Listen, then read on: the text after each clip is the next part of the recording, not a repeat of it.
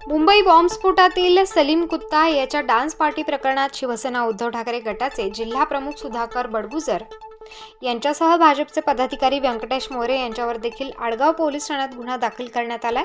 पोलिसांकडून बडगुजरांवर गुन्हा दाखल होताच बडगुजरांकडून पत्रकार परिषद घेऊन हा गुन्हा केवळ राजकीय सूड भावनेने दाखल केला गेला असल्याचा आरोप करत त्या व्हिडिओमधील इतरांवर देखील का गुन्हे दाखल केले जात नाहीत असा सवाल उपस्थित केला होता।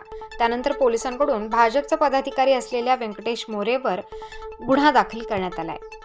आडगाव शिवारातील एका फार्म हाऊसवरील पार्टीत बडगुजर हे मुंबई बॉम्बस्फोटातील आरोपी सलीम कुत्ता यासोबत नाचतानाचा 2016 सालचा व्हिडिओ आमदार नितेश राणे यांनी थेट विधिमंडळात पुढे आणला।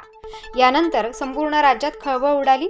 या प्रकरणी शिवसेना उद्धव ठाकरे गटाचे सुधाकर बडगुजर यांची गुन्हे शाखेकडून गुन्हा दाखल झाल्यानंतर आडगाव पोलिसांकडे माहिती विचारली असता कर्मचाऱ्यांनी वरिष्ठांचे आदेश असल्याने माहिती देऊ शकत नसून वरिष्ठांशी बोलण्यास सांगितले।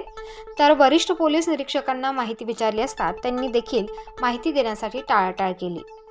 चौकशी दरम्यान व्हिडिओ संबंधित साक्षीदारांची पोलिसांकडून चौकशी करण्यात आली।